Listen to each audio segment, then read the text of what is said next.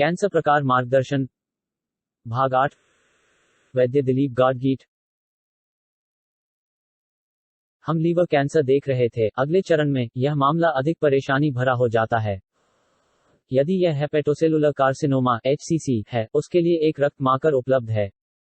एक रक्त परीक्षण जिसे AFP अल्फा पेटोप्रोटीन कहा जाता है। एक रक्त परीक्षण जिसे AFP अल्फा पेटोप्रोटीन कहा जाता है, और उसी से पता चल सकता है कि यह कितना गहन है।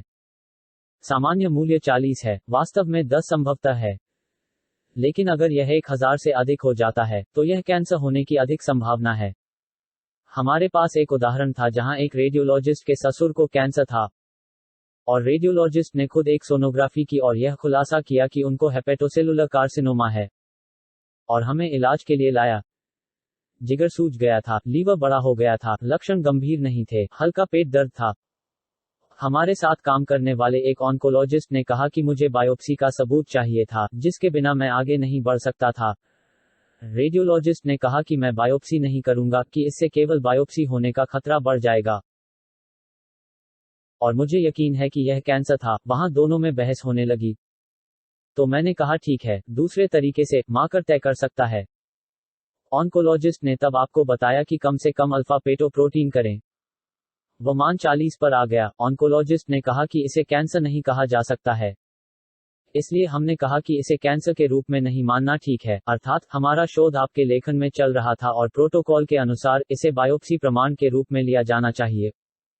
उन्होंने कहा, ठीक है, हम उसे एक सामान्य रोगी के रूप में मानेंगे, हम केवल कैंसर का इलाज करेंगे, लेकिन मैं इस रोगी को अध्ययन में नहीं लूंगा। इसलिए मैंने उन्हें दूध पर डाल दिया। दवा शुरू हो गई। उन्होंने अच्छी प्रतिक्रिया दी। 1.5 से 2 लीटर दूध पेट में जाने लगा। कोई शिकायत नहीं थी। लगभग 3 महीने के बाद मैंने फिर से अल्फा पेटोप्रोटीन बनाया, इसलिए यह 2400 पर आ गया। अब ऑन्कोलॉजिस्ट का कहना है कि यह 99.9% यकृत कैंसर है, लेकिन निश्चित रूप से मैं इसे प्रोटोकॉल में नहीं ले जाऊंगा जब तक कि यह बायोप्सी का सबूत न हो। मैंने कहा ठीक है, हमें बायोप्सी रिपोर्ट की जरूरत नहीं है, हम इलाज जारी रखेंगे। उनकी अपेक्षित जीवन अवधि 6 महीने थी, और यह 1.5 साल तक अच्छा रहा। दुर्भाग्य से उनकी 92 वर्षीय मां की बुढ़ापे में मृत्यु हो गई, और 1.5 साल की उम्र में उनकी मृत्यु हो गई। निहितार्थ यह है कि अल्फा पेटोप्रोटीन एक अच्छा मार्कर है, और हमें इसे लेना चाहिए। यहाँ किसी को भी संदेह हो सकता है कि उपचार के 3 महीने बाद भी मार्कर नीचे नहीं आया या समान नहीं रहा, लेकिन बढ़ गया।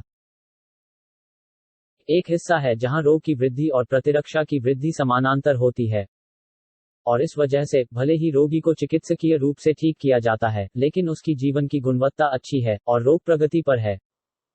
मार्करों से भी ऐसा लगता है कि बीमारी खराब हो रही है। जब रोग को नियंत्रित करने के लिए प्रतिरक्षा प्रणाली काफी मजबूत होती है, तो बीमारी को रोकने में 4-5 साल की अवधि लगती है और फिर धीरे धीरे कम हो जाती है। चलिए फिर इस बारे में बात करते हैं।